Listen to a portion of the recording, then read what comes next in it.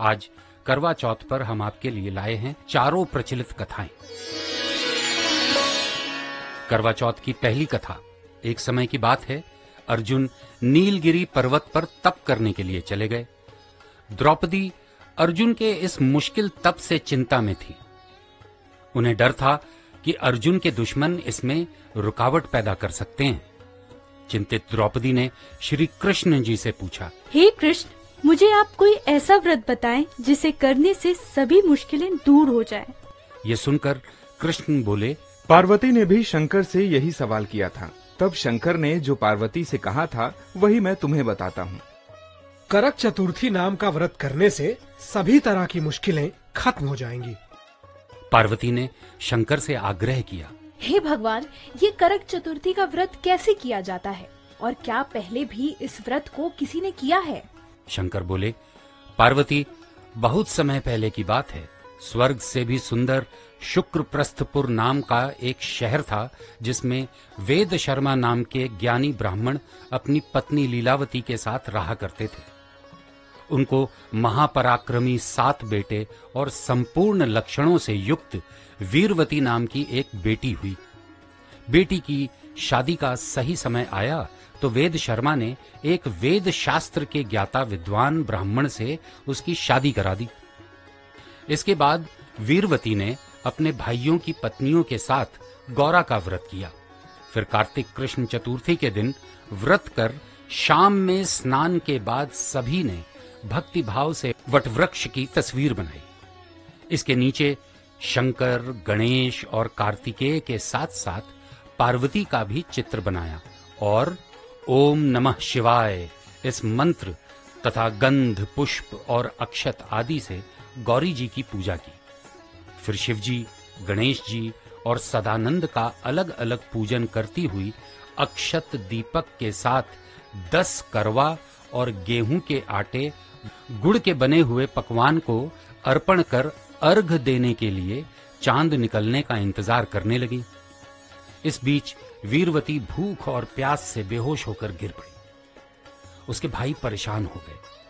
उन्होंने वीरवती को उठाया। बहन के प्रेम में एक भाई वटवृक्ष पर चढ़ गया। जलती लकड़ी से उसने ऐसा छलावा किया जैसे चांद निकल आया हो।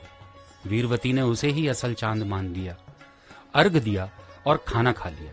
इस तरह व्रत के दूषित हो जाने के कारण उसका पति मर गया। अपने पति को मरा देखकर वीरवती ने एक बार फिर से शिव जी की पूजा की। ये पूजा बिना कुछ खाए 1 साल तक की। साल के खत्म होने पर उसकी भाभियों ने करक चतुर्थी का व्रत किया। वीरवती ने भी पूरे विधि विधान से व्रत किया। उसी समय देव कन्याओं के साथ इंद्राणी भी करक चतुर्थी का व्रत करने वहां आई।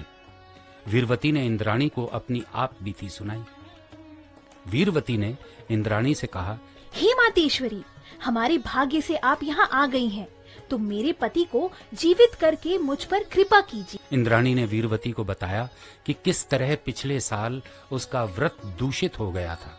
अब तुम अच्छे से इस साल का करक चतुर्थी व्रत करो, मैं तुम्हारे पति को जीवित कर दूंगी। वीरवती ने अच्छे से व्रत किया और इंद्राणी ने प्रसन्न होकर पानी की मदद से वीरवती के पति को जीवित कर दिया। वीरवती के व्रत से ही उसके पति को जीवन मिला, इसलिए तुम भी इस व्रत को विधि विधान से करो। द्रौपदी ने कृष्ण के कहने पर करवा चौथ का व्रत किया। इसके बाद ही महाभारत में कौरवों को हराकर पांडवों ने अपना राज्य हासिल कर लिया। करवा चौथ की दूसरी कथा। एक समय की बात है, एक साहूकार था जिसके 7 बेटे और 1 बेटी थी। सातों भाई बहन एक साथ बैठकर खाना खाया करते थे। एक दिन कार्तिक की चौथ का व्रत आया तो भाई बोला, आओ बहन, खाना खाते हैं। बहन बोली, आज करवा चौथ का व्रत है, चांद उगने पर ही खाऊंगी।